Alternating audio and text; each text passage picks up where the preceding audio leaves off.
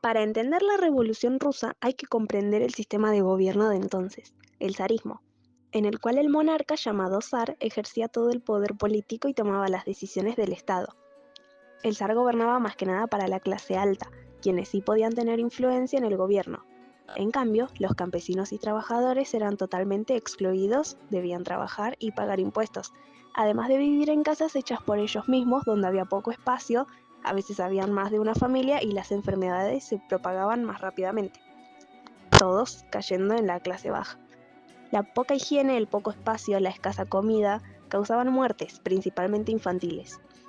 La clase media casi no existía. Eran comerciantes o profesionales liberales en la ciudad y campesinos propietarios de tierras en el sector rural. Por esto se caracteriza al zarismo por la desigualdad, tanto social como política y económica, lo que llevaría a la crisis de estos tres conjuntos y posteriormente al comienzo de la Revolución Rusa. La Revolución Rusa de 1905 fue una serie de protestas y disturbios que surgieron debido al descontento con el régimen autocrático del zar Nicolás II. Comenzó con el Domingo Sangriento, cuando las tropas zaristas atacaron a manifestantes pacíficos en San Petersburgo. Las huelgas y levantamientos se extendieron por todo el país, llevando a la formación de soviets o consejos de trabajadores y soldados. En respuesta, el zar creó la Duma del Estado, una asamblea legislativa limitada. 1917, Revolución de Febrero, Gobierno Provisional.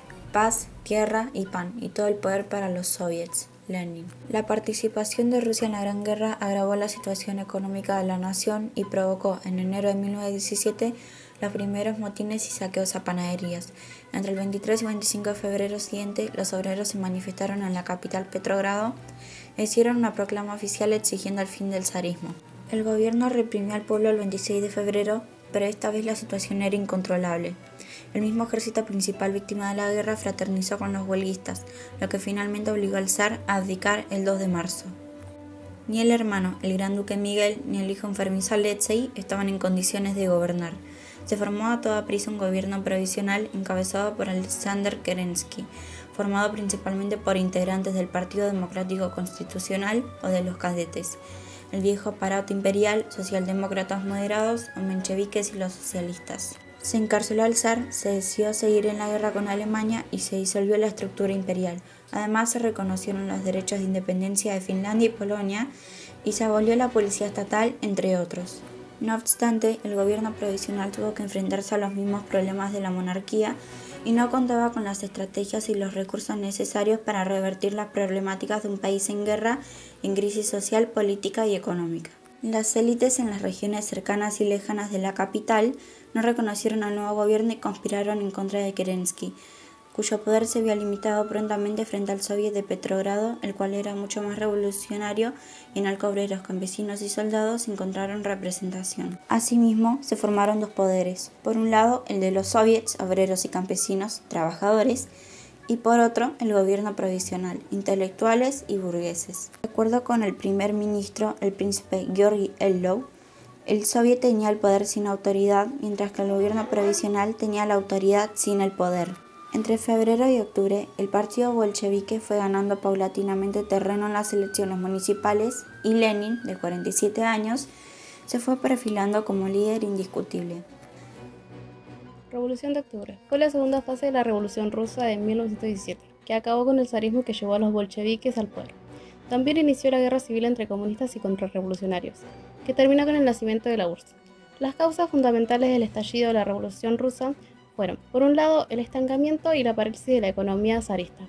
La alianza de la clase obrera en el campesinado para derribar la autocracia rusa, llevar a término los objetivos democráticos en la revolución y enfrentar las traiciones de la burguesía. La liquidación de los latifundios y la entrega de la tierra a los campesinos. La Revolución de Octubre comenzó como una defensa de la idea del poder de los soviets, posibilitada por una crisis profunda del gobierno de Kerensky. Ya en el poder, Lenin procedió a aplicar distintas reformas que incluían la transferencia del Estado a los trabajadores soviéticos del control de propiedades y tierras en manos de la aristocracia y la antigua corona o terratenientes. La Guerra Civil Rusa fue un conflicto armado múltiple que tuvo lugar entre 1917 y 1923, entre el nuevo gobierno bolchevique y su ejército rojo, en el poder desde la Revolución de Octubre de 1917, y del otro lado los militares del ex ejército zarista agrupados en el denominado Movimiento Blanco, compuesto por conservadores y liberales, así como los socialistas democráticos. Los enfrentamientos más intensos tuvieron lugar desde 1918 hasta 1920, pero la resistencia continuó en algunas zonas del país hasta 1922. Las grandes operaciones militares terminaron el 22 de octubre de 1922, cuando el Ejército Rojo ocupó Vladivostok, ocupado anteriormente por el gobierno provisional de Primorie. Las consecuencias más importantes de esta revolución: la caída del zarismo y con ello el fin de la dinastía Románov en Rusia.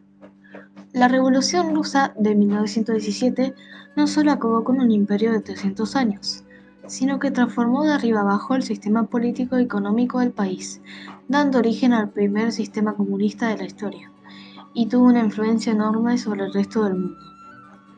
La nueva política económica presuponía la regulación estatal de una economía mixta, utilizando mecanismos planificados y de mercado. La NEP se basó en las ideas de las obras de Lenin, discusiones sobre la teoría de la reproducción del dinero, los principios de fijación de precios, finanzas y crédito.